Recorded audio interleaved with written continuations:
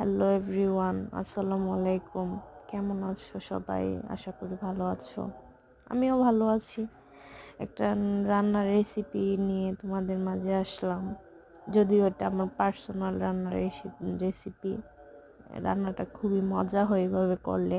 এই তো আমি এখানে প্রথমে শুকনো মরিচ, তেজপাতা, পেঁয়াজ দিয়ে হালকা ভেজে নিয়েছি। তারপরে আদা বাটা, রসুন বাটা দিয়ে নিয়েছি।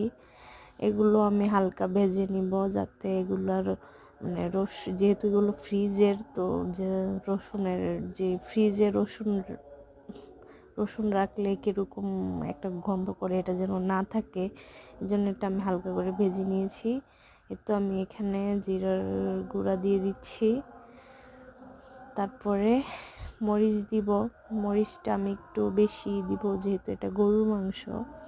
মরিচটা বেশি করে না দিলে একটু ভালো লাগবে না। এটা আমার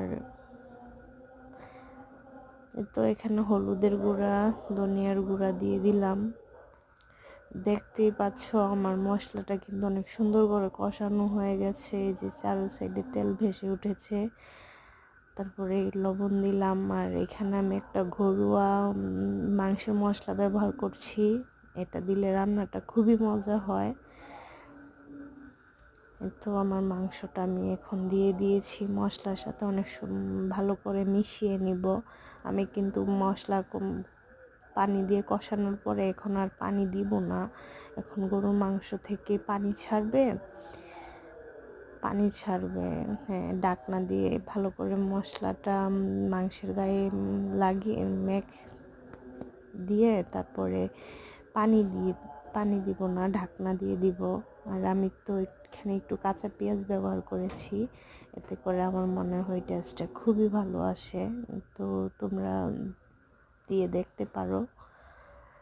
এই তো আমার রান্নাটা মোটামুটি ডান। আমি এখানে ভালো বড় করে আলু দিয়েছি, বড় বড় করে কেটে।